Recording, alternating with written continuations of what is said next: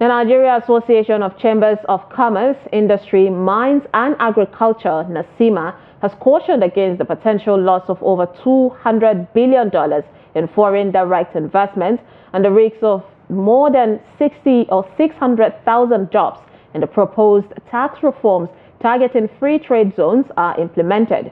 On the second day of the public hearing on the tax reform bills, NACCIMA expressed concerns about the impact of the proposed tax measures on free trade zones. The report.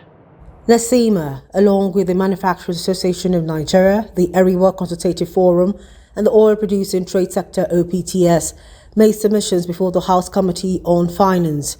While NACCIMA acknowledged the necessity of the reforms, it warned against undermining business operations, describing the language of the bill as militarized and cautioning about potential legal and economic consequences, particularly concerning Section 57 of the Nigerian tax bill.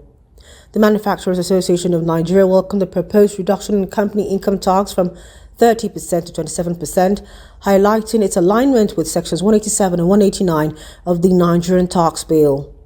The Eriwa Consultative Forum emphasized the need for careful planning, effective communication, and strategic implementation of the tax reforms. Those have contributed, they have put their money down based on a law. You change the law on 1 week notice, that is unfair. And the people will end up in litigation. So I'm not issuing a threat, I'm just appealing that we should have more engagement with them. Let us have something that works for all of us. One of our concerns could be found on second schedule of Section 60 of the Nigeria tax bills.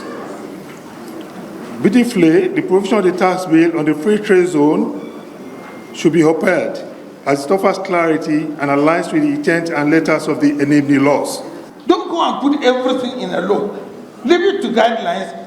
Nigerian National Revenue Service with National Fiscal Commission, Revenue Mobilization, Allocation and Fiscal Commission, that's their own job.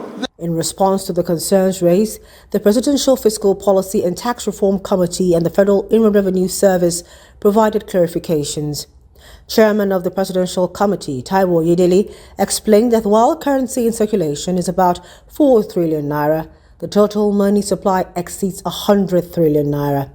He and other government officials assured NACCIMA that their concerns were being addressed.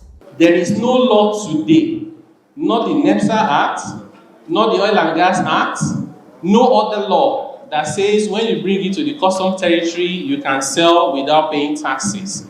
You produce your own goods because you don't pay tax as 10 naira. You come to custom area, you sell it at 15 naira. The person in custom area that is paying us taxes that we are using to do the road, to provide the electricity, to do all those things, has produced its own at 25. You come to cut the market and you are selling at 15. The contentious provisions in the Nigerian tax bill proposed the introduction of minimum tax rates and the removal of long-standing tax exemptions for businesses operating within free trade zones.